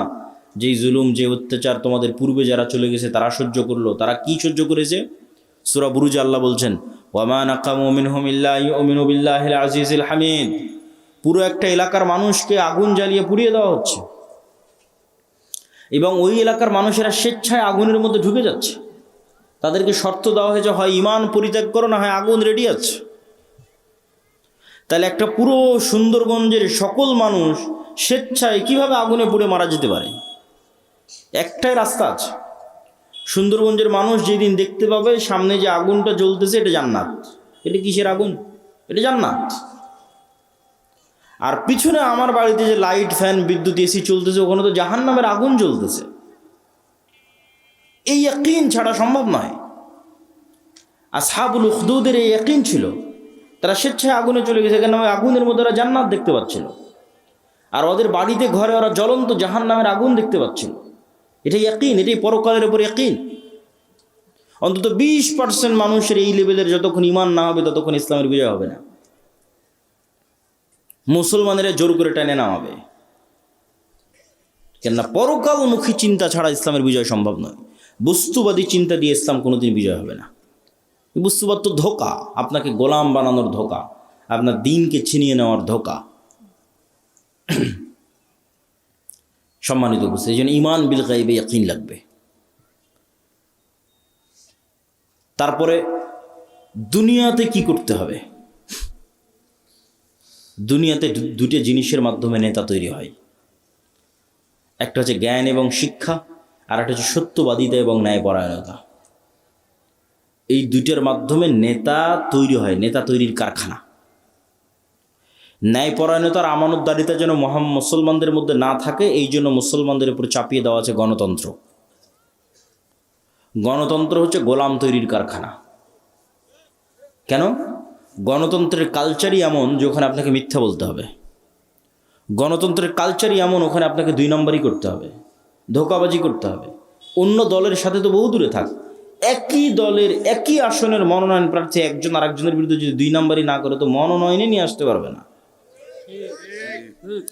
তাহলে এই যে 2 নম্বরই কালচারের মধ্যে দিয়ে যেন বড় হয়, এই জন্য গণতন্ত্র চাপিয়ে দেওয়া। তাহলে কি হবে? তাহলে 300টা যে এমপি আসতেছে, 300 এমপি 2 নম্বরই রাস্তা অবলম্বন করে আসতেছে। তাহলে এরা 300 জনে আপনাদের কাছে এমপি, কিন্তু আল্লাহর কাছে গোলাম, কৃতদাস। এরা টাকার কাছে বিক্রি হয়ে যাবে। কেন? ওদেরকে ওই কালচারের মধ্যে বড় করা হয়েছে। তাহলে সত্যবাদী, ন্যায়পরায়ণ, যে কোথাও বিক্রি হবে না। এই যে OC, DC, SP, AC land, sub registrar, এদের তো রাজনৈতিক দলের সাথে এদের ক্ষমতা যায় না। আওয়ামী লীগের আমলেও যারা ছিল এখনও তারাই। এটা সরকারি চাকরি, যতক্ষণ রিটায়ার্ড না হয়েছে ততক্ষণ যাবে না।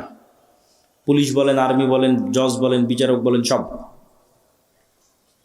এরা তো আমরা আপনারাই, এরা তো বাইরের কেউ নয়। এরাই যদি বলে যে আজ থেকে সত্যবাদী হলাম, ন্যায়পরায়ণ হলাম, একদিনে দেশে 80% ইসলাম কায়েম হয়ে যাবে। কিন্তু ভুল হচ্ছে আমরা মানুষকে বুঝাতে পারিনি যে এটা ইসলাম। মানুষ মনে করে নিয়েছে যে সবাই মিলে যদি আমরা বোরখা পরি তাহলে ওটাই হয়তো শতভাগ ইসলাম। ওটা অবশ্যই ইসলাম। আমরা সবাই মিলে যদি মসজিদে যাই তাহলে এটাই শতভাগ ইসলাম, অবশ্যই ওটা ইসলাম। কিন্তু আমরা সবাই মিলে মসজিদেও গেলাম, সবাই মিলে বোরখাও পরলাম, কিন্তু আবার একজন আর একজনের টাকা মেরেও নিলাম। তাহলে আমরা এখনো বুঝিনি যে ইসলাম কি। এইটা এখনো বুঝিনি। কেন? এক কালবে আল্লাহর ঈমান আর আমানতের খেয়ানত একত্রিত হতে পারে না। লা ঈমান আল ঈমান লা আমানাত লাহু। ফলত মানুষকে আমরা বুঝাতেই পারিনি। আমি যে বললাম যে আজকে OC, DC, SP, AC land, sub registrar এরা যদি শতভাগ সৎ আর ন্যায়পরায়ণ হয়ে যায় তো 80% ইসলাম কায়েম হয়ে যাবে। এটা কেমনে বললাম? কেননা রাষ্ট্রে ইসলামের ট্রাম্প কার্ডই হচ্ছে, রাষ্ট্রে ইসলামের বিজ্ঞাপনই হচ্ছে ন্যায়, ন্যায়পরায়ণতা, ন্যায় বিচার, সত্যবাদিতা। এটা মোহাম্মদ সাল্লাল্লাহু আলাইহি ওয়াসাল্লাম মার্কেটিং করে গেছে ঈসা আলাইহিস সালামের জন্য, যে ঈসা আলাইহিস সালামের পূর্বে পৃথিবী জুলমে ভরা থাকবে। ঈসা আলাইহিস সালাম না আসা পর্যন্ত কিয়ামত কায়েম হবে না। লা তাকুমুস সাআ হাত্তা ইয়ানজিলা ঈসা ইবনে মারইয়াম। ঈসা ইবনে মারইয়াম যতক্ষণ অবতীর্ণ না হয়েছে কিয়ামত হবে না। আর ঈসা ইবনে মারইয়াম অবতীর্ণ হয়ে কী করবে জানো? সারা পৃথিবীতে ন্যায় প্রতিষ্ঠা করবে। আল্লাহু আকবার। এটা ব্র্যান্ডিং। রাসূল সাল্লাল্লাহু আলাইহি ওয়াসাল্লাম এটা বলেনি যে ঈসা ইবনে মারইয়াম অবতীর্ণ হয়ে সারা পৃথিবী সব মানুষকে বাধ্যতামূলক সালাত আদায় করাবেন। মানুষ সালাত আদায় করবেই, কিন্তু রাষ্ট্রে ইসলামের ব্র্যান্ডিং কি? রাষ্ট্রে ইসলামের ব্র্যান্ডিং হচ্ছে ন্যায়। তো ওই OC, DC, SP, AC land, sub registrar এরা এমন ইসলাম বুঝলো যে এরা এখন মানুষের টাকা মেরে নিয়ে হজ করে, ঘুষ নিয়ে মসজিদে দান করে, প্রশ্ন ফাঁসের টাকা দিয়ে মাদ্রাসায় দান করে। তাহলে আমরা কি ইসলাম বুঝালাম বলেন মানুষকে? এটার সাথে যে ইসলামের কোনো সম্পর্ক নাই, এটা যে মুনাফিকি, এটা তো আমরা বুঝাতে পারলাম না। এইটার তো দিনের সাথে ঠাট্টা আছে, এটা তো মুনাফিকি আছে। ধরেন একজন মানুষ হারাম নয় হালাল টাকা দিয়ে দান করলো, একজন মানুষ 5 ওয়াক্ত সালাত জামাতে মসজিদে আদায় করলো, রাতে তাহাজ্জুদের সালাত আদায় করলো, তবুও ওই রাতে তাহাজ্জুদ সালাত আদায়কারীর চেয়ে আর আল্লাহর রাস্তায় হালাল টাকা দানকারীর চেয়ে ওসি যদি শুধু তার নিজ চেয়ারে বসে ন্যায় প্রতিষ্ঠা করতে শতভাগ, ওইটা বেশি নেকির কাজ ছিল। এইটাই তো বুঝাতে পারলাম না। এটা রাসূল সাল্লাল্লাহু আলাইহি ওয়াসাল্লামের হাদিস, সাবআতু ইউযিল্লুহুমুল্লাহ ইয়াওমা লা যিল্লা ইল্লা যিল্লুহ। 7 শ্রেণীর মানুষকে আল্লাহ আরশের ছায়া দিবেন, তার 1 নম্বরে জায়গা দেওয়া আছে ন্যায়পরায়ণ, দায়িত্বশীল। বাকি নামাজি, দানকারী এদেরকে 2, 3, 4 জায়গা দেওয়া আছে। আর 1 নম্বরে জায়গা দেওয়া আছে যে নিজ দায়িত্বে শতভাগ ন্যায়পরায়ণ। তাহলে OC, DC, SP, AC land, sub registrar এদেরকে আমরা বুঝাতে পারলাম না যে তুমি তো যে পাগলামি করতেছো ওটা তো মুনাফিকি, ওটা তো করার দরকারই নাই। তুমি এই যে দায়িত্ব বসে আছো এটাই শতভাগ ন্যায়ের সাথে যদি তুমি পালন করতে পারো, তাহলে তুমি কি পালন করতেছো জানো? রব্বুল আলামিনের গুণে গুণান্বিত হচ্ছ।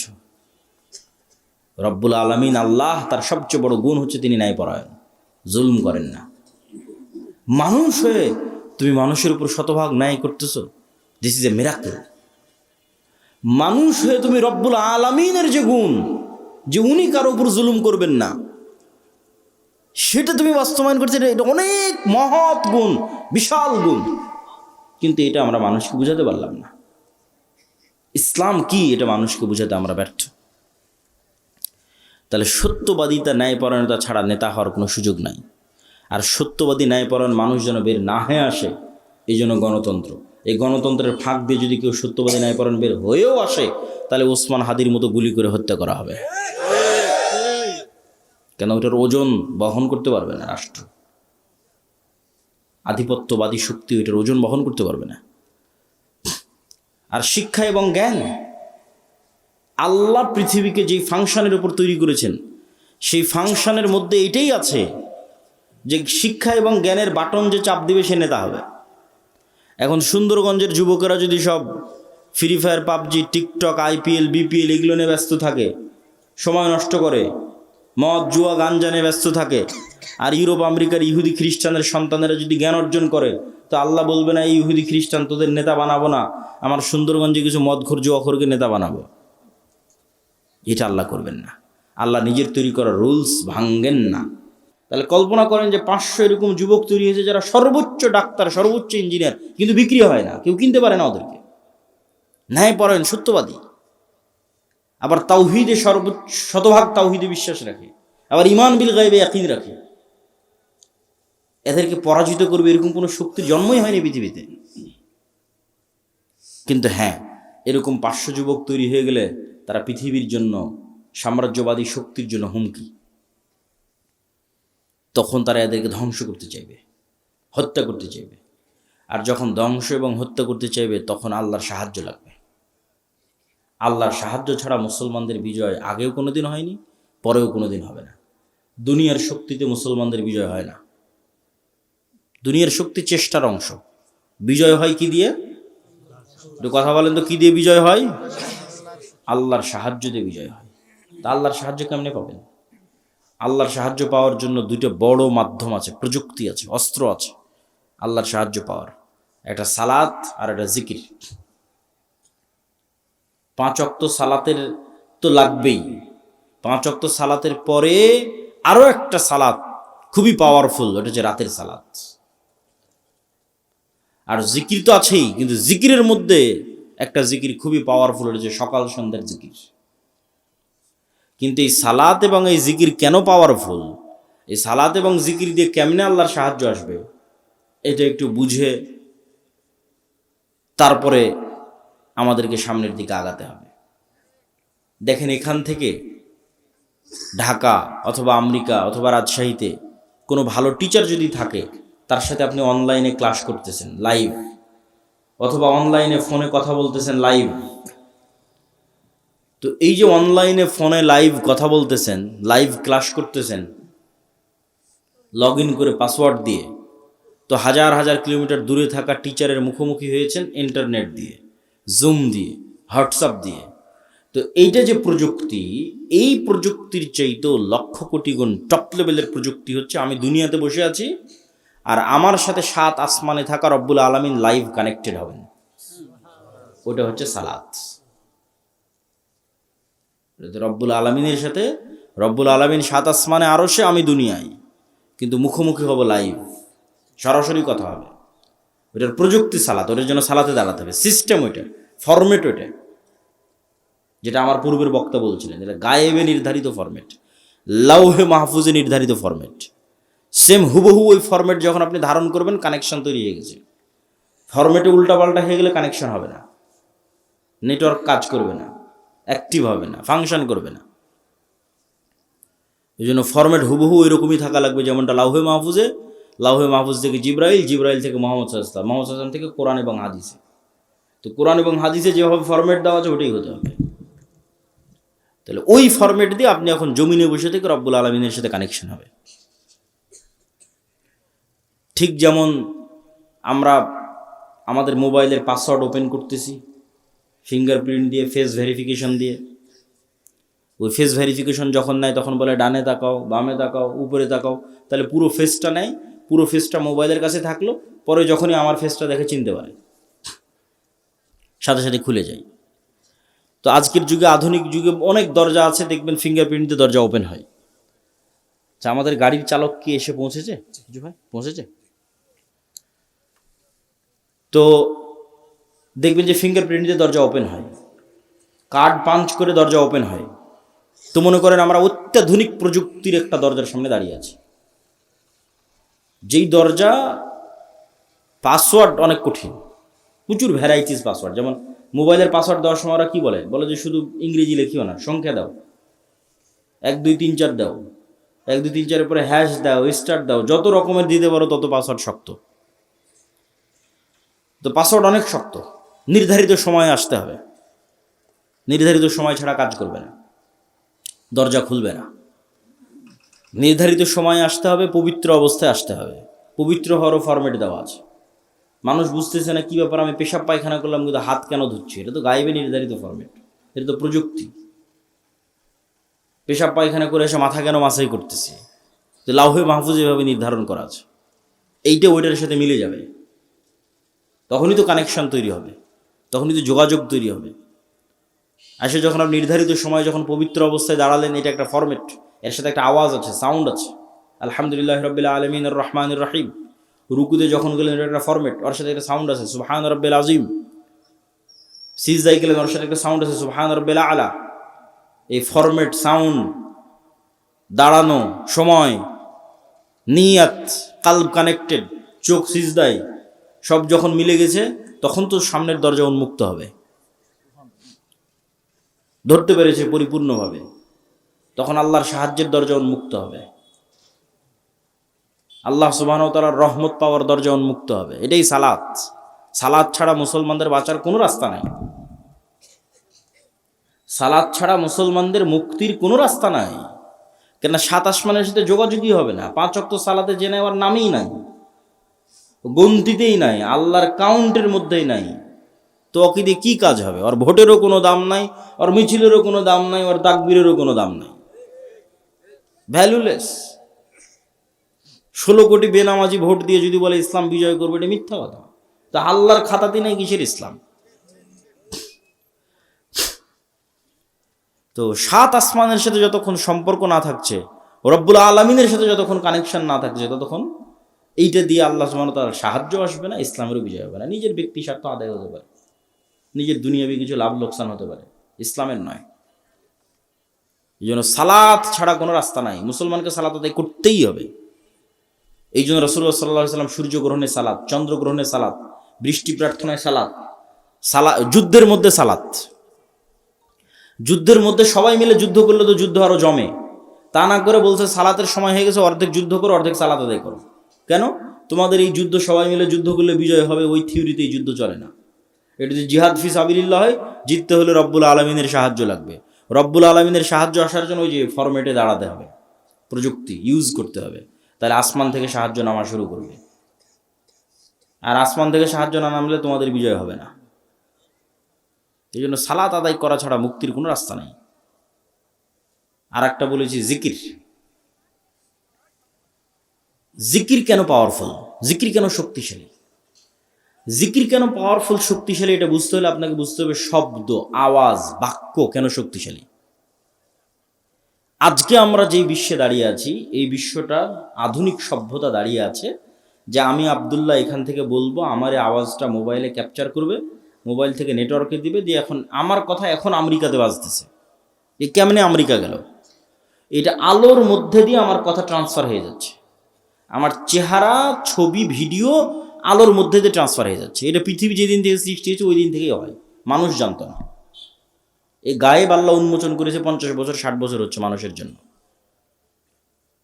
তো এটার উপরে এই আধুনিক সভ্যতা টিকে আছে। কিন্তু এই আধুনিক সভ্যতার চেয়েও পাওয়ারফুল অত্যাধুনিক প্রযুক্তি হচ্ছে শব্দভিত্তিক, আওয়াজ ভিত্তিক প্রযুক্তি। কিন্তু ওর ধারে কাছে বিজ্ঞানীরা নাই, বিজ্ঞানীদের ওই লেভেল পর্যন্ত জ্ঞান পৌঁছেনি। কিন্তু ওই লেভেল পর্যন্ত কিছু জ্ঞান আল্লাহ আবার সুলাইমান আলাইহিস সালামকে দিয়েছিলেন। বলেন আল্লাহু আকবার। তাহলে সুলাইমান আলাইহিস সালাম আজ থেকে 1000 বছর আগে কোন লেভেলের জ্ঞান অর্জন করেছিল? যেমন আমার এখানে যদি একজন চাইনিজ বসে থাকে, ও আমার একটা কথা বুঝতে পারবে, খালি আওয়াজ ওর কানে যাবে। কি যাবে? আওয়াজ। তো এটা এক ধরনের আওয়াজ। আমি যে বাংলা বলতেছি, this is one kind of sound, এটা একটা আওয়াজ, আপনি বুঝতেছেন, আরেকজন বুঝে না। ঠিক এখানে এসে একটা চাইনিজ যদি বক্তব্য দেয়, আপনি খালি আওয়াজই শুনতে পাবেন, কি যে আওয়াজ, অর্থ জানি না। তাহলে অবশ্যই এই ধরনের কোনো একটা আওয়াজের সিস্টেম আছে, ফরম্যাট আছে, যেটা আপনি উচ্চারণ করলে গরুতে বুঝে নেবে যে কি বললো। বলেন আল্লাহু আকবার। ওইটা আমাদের ব্রেনে আল্লাহ দেয়নি, ওটা সুলাইমান আলাইহিস সালামকে দিয়েছিল। কোন বাক্য, কোন আওয়াজ উচ্চারণ করলে আমি পিঁপড়াকে বলতে পারবো, পিঁপড়া তুমি ডানে যাও, এটার একটা আওয়াজ আছে। এই আওয়াজের জ্ঞান আল্লাহ কাকে দিয়েছিল? বলেন না যে কাকে দিয়েছিল? সুলাইমান আলাইহিস সালামকে দিয়েছিল। এটা সবচেয়ে অত্যাধুনিক প্রযুক্তি, সর্বোচ্চ লেভেলের প্রযুক্তি, আওয়াজ, শব্দ। আবার ওই পিঁপড়া কি বলতেছে সেটাও সুলাইমান আলাইহিস সালাম বুঝতো, পাখি কি বলতেছে ওটাও সুলাইমান আলাইহিস সালাম বুঝতো। সুলাইমান আলাইহিস সালামের জীবদ্দশায় সবচেয়ে ঐতিহাসিক একটা ব্যতিক্রম ঘটনা হচ্ছে রানী বিলকিসের সিংহাসনকে উঠিয়ে নেওয়া আসা হয়েছে চোখের পলকে। কোরআনে আর বর্ণনা আছে। তো সুলাইমান আলাইহিস সালাম যখন বললেন বিলকিসের সিংহাসনকে নিয়ে আসতে হবে, তখন একটা জিন বলছে, ক্বালা ইফরিতুম মিনাল জিন, যে আমি আপনার এই বসা থেকে উঠার আগে ওই সিংহাসন ইয়ামান থেকে ফিলিস্তিনে নিয়ে আসবো। এইটা সুলাইমান আলাইহিস সালামের পছন্দ হয়নি। তখন আরেকজন বলল, কোরআনের ইবারত হচ্ছে আল্লাযী ইনদাহু ইলমুম মিনাল কিতাব, যার কাছে কিতাবের জ্ঞান আছে, সে বলল যে আপনার চোখের পলক পড়ার পূর্বে সিংহাসন হাজির হয়ে যাবে। তাহলে ইফরিত নামক জিন যখন বলেছে, তখন গায়ের জোরে বলেছে, যে গায়ের জোরে উড়ে যাব, উড়ে আসব। আর পরের জন যখন বলেছে, ও গায়ের জোরে বলেনি, ও জ্ঞানের জোরে বলেছে। আল্লাহ কোরআনে বলেছে আল্লাযী ইনদাহু ইলমুম মিনাল কিতাব, কিতাবের জ্ঞান আছে। কি জ্ঞান? কোন জ্ঞান যে জ্ঞানে চোখের পলকে সিংহাসন নিয়ে চলে আসবে ইয়ামান থেকে ফিলিস্তিন, 1000 কিলোমিটার দূরে। তো অনেক মুফাসসির লিখেছেন যে আল্লাহ সুবহানাহু ওয়া তাআলার বিশেষ কিছু জিকির তার জানা ছিল, সাউন্ড, আওয়াজ, জ্ঞান, জিকির, বিশেষ কিছু জিকিরের জ্ঞান, যে আওয়াজ দিয়ে, যে সাউন্ড দিয়ে চোখের পলকে সিংহাসন ওখান থেকে উড়ে চলে আসবে এখানে। তো সাউন্ড খুব পাওয়ারফুল। এই জন্য আল্লাহ সুবহানাহু ওয়া তাআলা পৃথিবী ধ্বংসর সিস্টেম নির্ধারণ করেছেন সাউন্ড। যে ইসরাফিল বাঁশিতে ফুঁ দিবে, আওয়াজ তৈরি হবে, আওয়াজে সূর্য চন্দ্র নক্ষত্র সব ভেঙে চূর্ণ বিচূর্ণ হয়ে যাবে, আওয়াজ। মানুষ, ফেরেশতা, জিন সব মরে যখন সাফ, কুল্লু মান আলাইহা ফান ওয়া ইয়াবকা ওয়াজহু রাব্বিকা যুল জালালি ওয়াল ইকরাম, তখন আল্লাহ যদি পুনরুজ্জীবন করতে চাই, ইসরাফিলকে আবার নতুন করে সৃষ্টি করে ইসরাফিলের মুখে বাঁশি দিয়ে আওয়াজ দিতে বলবে, আওয়াজে সব কবর থেকে বের হয়ে আসবে। তাহলে ধ্বংসের সিস্টেম আওয়াজ, পুনরুত্থানের সিস্টেম আওয়াজ। এটা টপ লেভেলের প্রযুক্তি, আওয়াজ। এই জন্য মুসা আলাইহিস সালামকে যে লাঠি দেওয়া হয়েছে, মুসা আলাইহিস সালামের যে মুজিজার পাথর ছিল, যেটাতে আঘাত করে বৃষ্টি তৈরি, ঝর্ণা তৈরি হয়েছিল, যে পাথর আর লাঠি বানু ইসরায়েলরা বহন করতো তাবুত নাম দিয়ে, কোরআনে আছে তাবুতের কথা, আর সাকিনা, তাবুত। ওরা সব যুদ্ধ ওটা নিয়ে যেত, ওটার বরকতে ওদের বিজয় হয়ে যেত। ওইটা ওরা হারিয়ে ফেলেছে। ওরা মনে করছে এই তাবুত জেরুজালেমের মসজিদে আকসার মাটির নিচে আছে। তো ওদের ওই তাবুতের চেয়েও, মুসা আলাইহিস সালামের লাঠির চেয়েও, মুসা আলাইহিস সালামের হাতের মুজিজার চেয়েও, ঈসা আলাইহিস সালামের মৃত্যুকে জীবিত করার চেয়েও পাওয়ারফুল জিনিস মুসলমানদের কাছে আছে। সেটা হচ্ছে সরাসরি আল্লাহর আওয়াজ, কোরআন। বলেন আল্লাহু আকবার। কোরআন সরাসরি আল্লাহর আওয়াজ, আল্লাহর সাউন্ড, আল্লাহর শব্দ, আল্লাহর বাক্য, যেটা জিবরাইল হয়ে মুহাম্মদ সাল্লাল্লাহু আলাইহি ওয়াসাল্লাম হয়ে আমাদের পর্যন্ত এসেছে। এই জন্য কোরআন তেলাওয়াত বিশুদ্ধ হতে হবে, যাতে হুবহু মুহাম্মদ সাল্লাল্লাহু আলাইহি ওয়াসাল্লামের মতো হয়।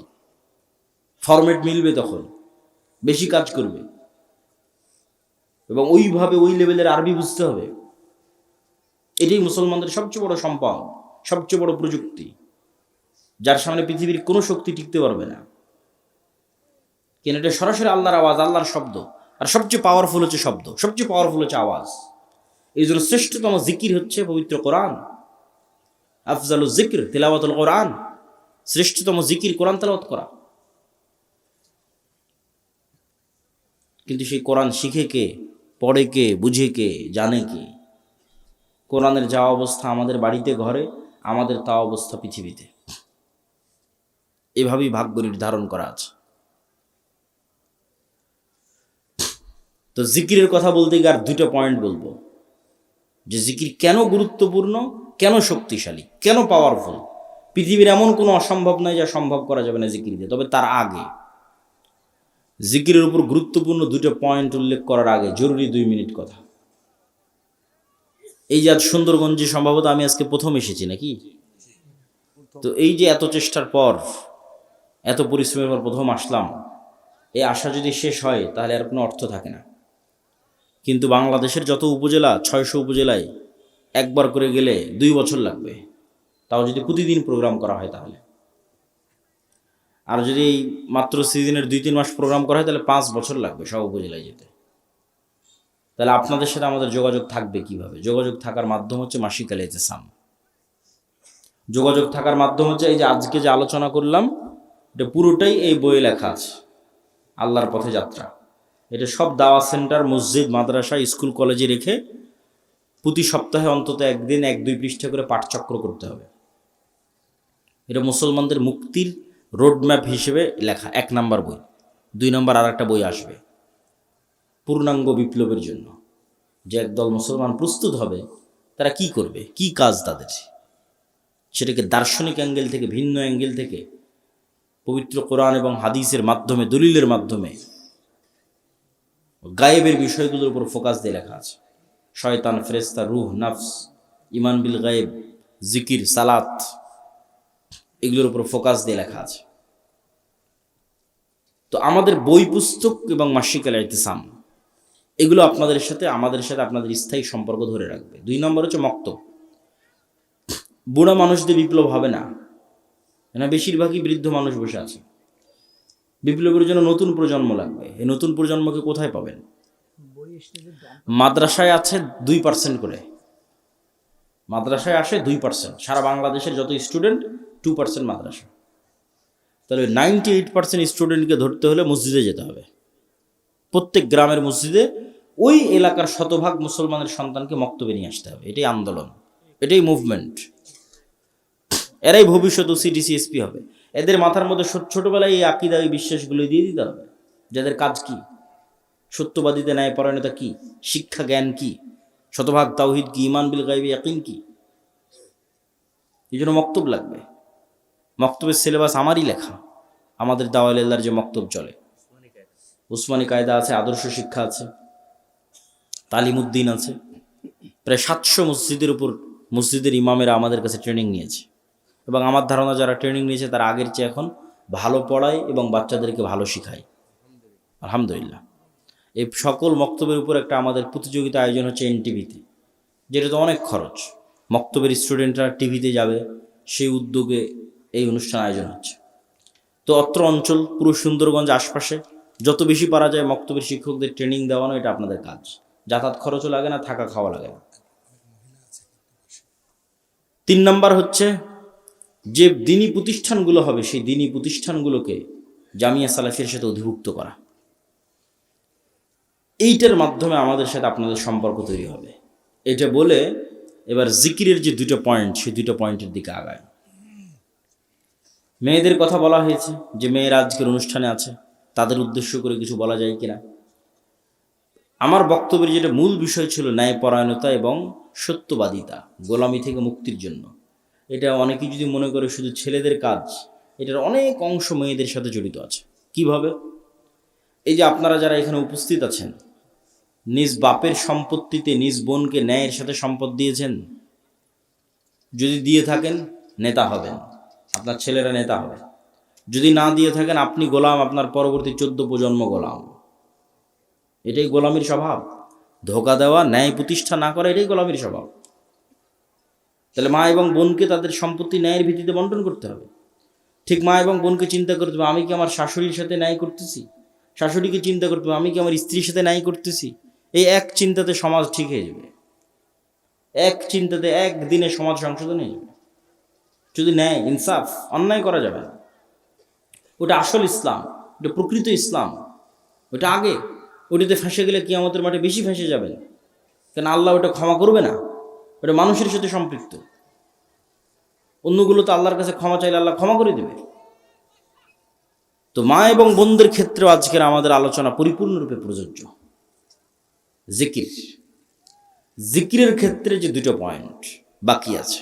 মুসা আলাইহিস সালাতু ওয়াস সালামকে আল্লাহ সুবহানাহু ওয়া তাআলা বললেন যে মুসা, তোমাকে লাঠি দিলাম, জিহ্বা তোতলা ছিল ভালো করে দিলাম, ভাইকে সহযোগী হিসেবে দিলাম, তো এখন তুমি রওনা দাও, তবে একটা কথা মনে রাখো, ওয়ালা তানিয়া ফি জিক্রি, জিকির করতে যদি ভুলে যাও সব ডিঅ্যাক্টিভেট হয়ে যাবে। যা ফাংশন দিয়েছি, ধরেন মুসা আলাইহিস সালাতু ওয়াস সালাম এক সপ্তাহ থেকে নামাজও পড়ে না, জিকিরও করে না, ধরেন কথার কথা বলতেছি, তার মানে মুসা আলাইহিস সালামের কালব আল্লাহর সাথে কানেক্টেড নাই। সালাতের প্রযুক্তিও ব্যবহার করেনি, জিকিরের প্রযুক্তিও ব্যবহার করেনি, কালব রব্বুল আলামিনের সাথে কানেক্টেড হতে পারেনি। এখন যদি ওই লাঠি 1000 ছাড়ে জীবনে সাফ হবে না, ওই ডিঅ্যাক্টিভেট হয়ে গেছে। সমুদ্রের মধ্যে মারলে রাস্তা তৈরি হবে না। যেভাবে তোমাদের ফেসবুক, হোয়াটসঅ্যাপ, ফেসবুক কর্তৃপক্ষ মেটা ডিঅ্যাক্টিভেট করে দেয়, ডিঅ্যাক্টিভেট হয়ে গেছে। ওটা তখনই কাজ করবে যখন মুসা আলাইহিস সালামের কালব রব্বুল আলামিনের সাথে কানেক্টেড, সালাত এবং জিকির এই দুটো দিয়ে। ওটা আল্লাহ বলে দিচ্ছে, ওয়ালা তানিয়া ফি জিক্রি, খবরদার আমাকে স্মরণ করতে বলিও না, তোমার কালবকে আমার সাথে কানেক্টেড থাকতে হবে, তাহলে তোমার হাতের লাঠি সমুদ্রে মারলে রাস্তা তৈরি হয়ে যাবে। আল্লাহু আকবার। এই জন্য জিকিরের কোনো বিকল্প নাই। দোয়াতে নিজের প্রয়োজন বেশি থাকে, যে আল্লাহ আমাকে এটা দাও, টাকা পয়সা দাও, ছেলেকে A+ দাও, মেয়ের ভালো পাত্রে বিবাহ দিয়ে দাও, ধন সম্পদ দাও, আল্লাহ দ্রুত বিয়ের ব্যবস্থা করে দাও, কত রকমের সব নিজের প্রয়োজনের দোয়া দিয়ে ভরা। মানুষ দোয়া করবে, আল্লাহ পছন্দ করেন, কোনো সমস্যা নেই, কিন্তু জিকিরে নিজের প্রয়োজন থাকে না। জিকির শুধু আল্লাহর বড়ত্ব, আল্লাহর মহত্ব, আল্লাহর গুণগান, আল্লাহর পবিত্রতা, আল্লাহর শ্রেষ্ঠত্ব, বান্দার কোনো স্বার্থ নাই। জিকির ফেরেশতাদের ইবাদত, জিকির আমার আশেপাশে যা আছে সবগুলোর ইবাদত। আল্লাহ সুবহানাহু ওয়া তাআলা বলছেন, এটা একটা গায়েবের নিউজ। এটাতে বক্তব্যের শেষের দিকে চলে যাব। ইউসাব্বিহু লিল্লাহি মা ফিস সামাওয়াতি ওয়া মা ফিল আরজ, আসমান জমি এবং তার মধ্যে যা কিছু আছে, এই প্যান্ডেল, ওই টিস্যু, এই গায়ের জামা, ওই মোবাইল ক্যামেরা, এই মাটি, সব 24 ঘন্টা তাসবিহ পড়তেছে। আল্লাহু আকবার। এই তাসবিহ পড়ার আওয়াজ আছে, আমি এমনি বলি না, আওয়াজ সবচেয়ে পাওয়ারফুল। আপনি পিঁপড়া চলার আওয়াজ যেমন শুনতে পান না, এটাও শুনতে পান না, কিন্তু এই পিঁপড়া চলার আওয়াজ ঠিকই হাতি শুনতে পায়, আল্লাহর অন্য প্রাণী শুনতে পায়, আপনি পান না, কিন্তু আওয়াজ হচ্ছে। আমাদের এই গায়ের এই জামা আওয়াজ করে করে তাসবিহ পড়তেছে। শুধু কি এটা ভয়ঙ্কর না, এর চেয়ে বড় ভয়ঙ্কর হচ্ছে আমরা যখন তাসবিহ পড়ি তখন এরা বুঝে। রাসূলুল্লাহ সাল্লাল্লাহু আলাইহি ওয়াসাল্লাম বলেন, মুয়াজ্জিন যখন আজান দেয়, আর আজানের আওয়াজ যতদূর পর্যন্ত যায়, জীবজন্তু, জড়বস্তু, জড় পদার্থ, কীট পতঙ্গ, পঙ্গপাল সব এই আওয়াজ বুঝে এবং এই আওয়াজের পক্ষে কিয়ামতের মাঠে সাক্ষী দিবে। তাহলে চারপাশের জীবজন্তু, সৃষ্টিজীবের ইবাদত হচ্ছে তাসবিহ, জিকির। ফেরেশতার ইবাদত তাসবিহ, জিকির। তাহলে এবার আপনিও যখন সকাল সন্ধ্যা জিকির করবেন, তাসবিহ পাঠ করবেন, তখন আপনার জন্য পৃথিবীর সব কিছু সহজ হয়ে যাবে। 5 ওয়াক্ত সালাত, রাতের সালাত এবং সকাল সন্ধ্যের জিকির মুসলমানদের সবচেয়ে বড় অস্ত্র। আর এই পবিত্র কোরআন আল্লাহর সাহায্য আসমান থেকে জমিনে নামিয়ে আনার জন্য। এটা ছাড়া ওই যে আপনি শতভাগ তাওহীদে বিশ্বাসী, শতভাগ ঈমান বিল গায়বে ইয়াকিন রাখেন, বিশাল জ্ঞান অর্জন করেছেন, সত্যবাদিতা, ন্যায়পরায়ণতা প্রতিষ্ঠা করতে যাবেন, তো বহির্বিশ্ব তো আপনাকে বাঁচিয়ে রাখবে না, মারবে। তখন তো আপনার আল্লাহর সাহায্য লাগবে, তখন কি করবেন? দুনিয়ার শক্তিতে বিজয় অর্জন করতে পারবেন না। এই জন্য আগে থেকেই আল্লাহ সুবহানাহু ওয়া তাআলার সাথে সম্পর্ক লাগবে।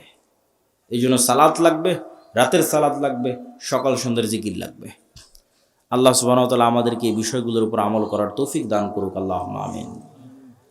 আজকে আমাদের এই বক্তব্যের যে বইকে কেন্দ্র করে আলোচনা হলো, সেটা আল্লাহর পথে যাত্রা। তবে আরেকটা বই আজকে পাবেন, সেটা হচ্ছে রাসূল সাল্লাল্লাহু আলাইহি ওয়াসাল্লাম দেখতে যেমন ছিলেন, এটা আল্লাহর নবীর চেহারা, তার চেহারা মোবারক, তার দাড়ি, তার চুল, তার হাত পা, গায়ের জামা, হাঁটার ধরন, নাকের স্টাইল, সব এই বইয়ের মধ্যে আছে।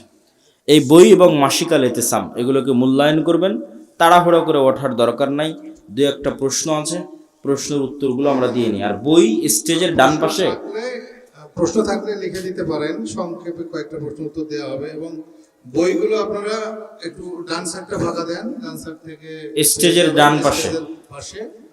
জি, সম্মানিত হুজুর আসসালামু আলাইকুম। একজন সাধারণ মুসলিম যদি নির্দিষ্ট কোনো মাযহাব অনুসরণ না করে বরং বিভিন্ন মাযহাবের ভিতর থেকে সহিহ দলিল সমর্থিত মত গ্রহণ করে আমল করে, তাকে শরীয়ত সম্মত হবে? অবশ্যই শরীয়ত সম্মত। কোরআন এবং সহিহ হাদিস ভিত্তিক জীবনযাপন করে শরীয়ত সম্মত। আমার প্রতিবেশী আমার ওপর জাদু করেছে, আমি আলহামদুলিল্লাহ এখন সুস্থ, এমন কোনো আমল আছে কি যাতে দ্বিতীয়বার কালো জাদু খাটাতে না পারে?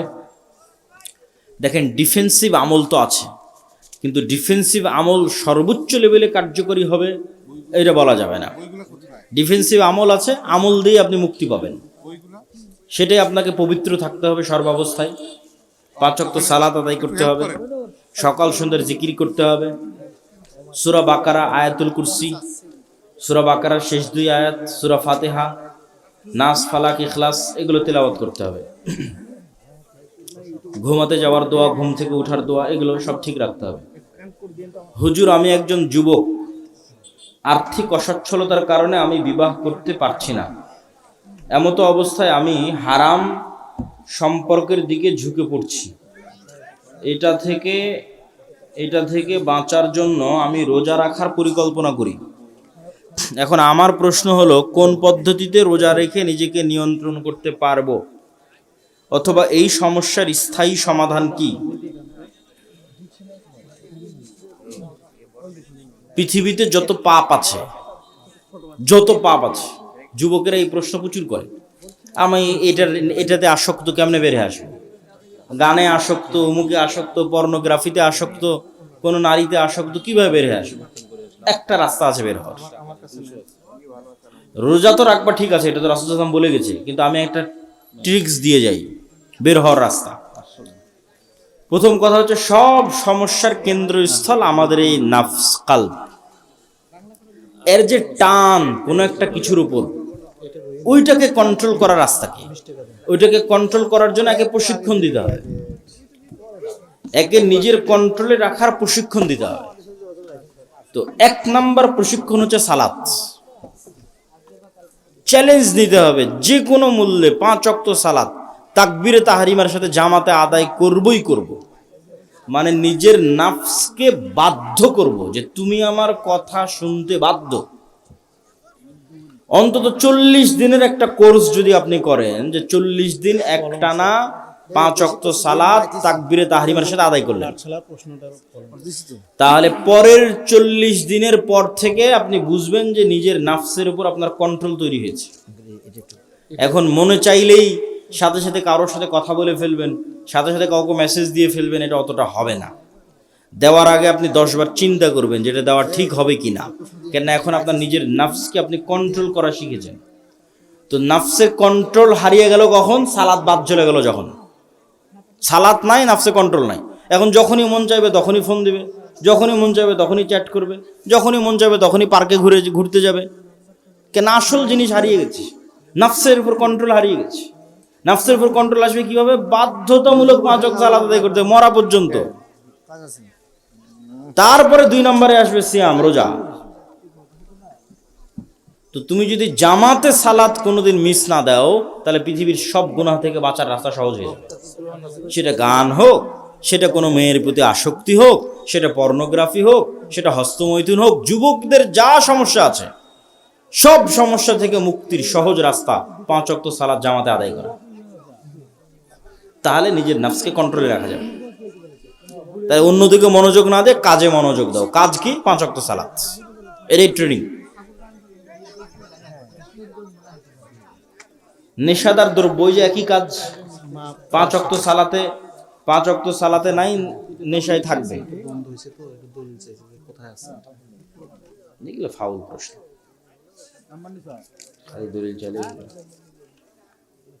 জি, আমরা বৈঠক শেষে দোয়া পড়ি। উসমান হাদির হত্যার বিচার এখনো হলো না, এ সম্পর্কে যদি কিছু বলতেন।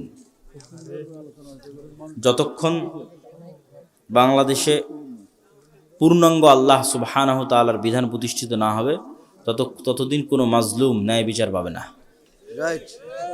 ঠিক আছে, ন্যায় বিচারের জন্যই তো আল্লাহ সুবহানাহু তাআলার বিধান লাগবে। তো সবাই বৈঠক শেষে দোয়া পড়ি, সুবহানাকা আল্লাহুম্মা ওয়া বিহামদিকা আশহাদু আল্লা ইলাহা ইল্লা আনতা আস্তাগফিরুকা ওয়া আতুবু ইলাইক। জাযাকাল্লাহু খাইরান। শেখ আব্দুল করিম আব্দুর রাজ্জাকের বক্তব্যের মাধ্যমে আমরা আজকের এই মাহফিলের সমাপ্তি ঘোষণা করছি।